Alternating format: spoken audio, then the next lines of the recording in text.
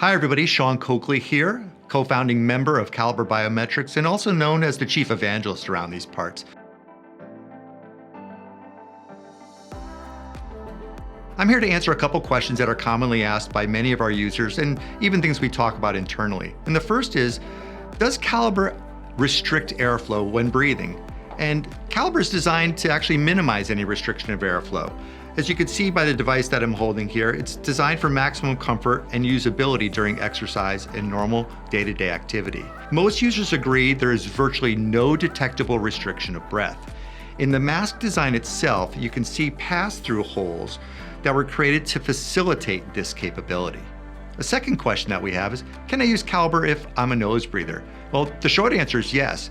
If I tilt the design and you take a look from the top down, you can see a hole that facilitates the allowance of breath to come from the nose.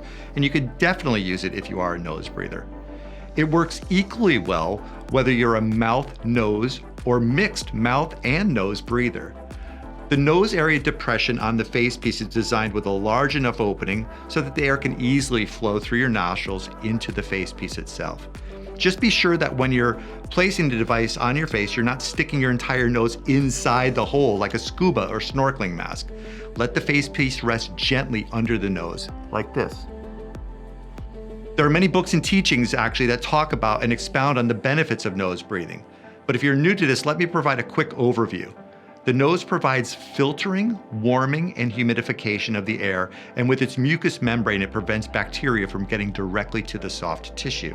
It also provides increased anti-inflammatory capacity through the production of nitric oxide, which is produced in our nasal passages and paranasal sinuses. NO2, as it's commonly called, serves as a potent bronchodilator and vasodilator, which helps prevent inflammation and widens the blood vessels and bronchi in our lungs for better respiratory function and increased blood flow, which consequently helps maintain lower blood pressure as well. A few more but important thoughts. Nasal breathing can help trigger the parasympathetic nervous system that promotes rest, recovery, and better digestion.